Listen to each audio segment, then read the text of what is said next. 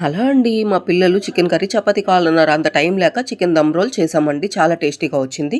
మీరు కూడా ట్రై చేయండి. ముందుగా చికెన్‌లో సాల్టు, కారము, కొంచెం పసుపు, అల్లం వెల్లుల్లి పేస్ట్, చికెన్ మసాలా, గరం మసాలా, పెరుగు, కొంచెం నిమ్మకాయ పిండుకొని బాగా కలిపేసుకొని ఇట్లా పాన్ పెట్టి కొంచెం ఆయిల్ వేసి ఇట్లా స్ప్రెడ్ చేసినట్టు పెట్టి కాసేపు మూత పెట్టేస్తే అది కొంచెం దమ్‌లాగా ఇట్లా అవుతుంది.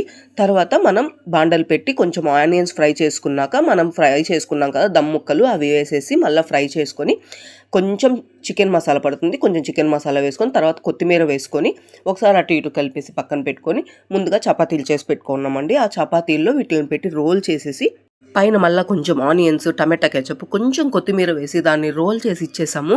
పిల్లలైతే చాలా బాగుందని ఇష్టంగా తిన్నారు. చికెన్ కర్రీ, చపాతీ అంటే మళ్ళా చాలా లేట్ ప్రాసెస్. లేట్ అయిపోద్ది.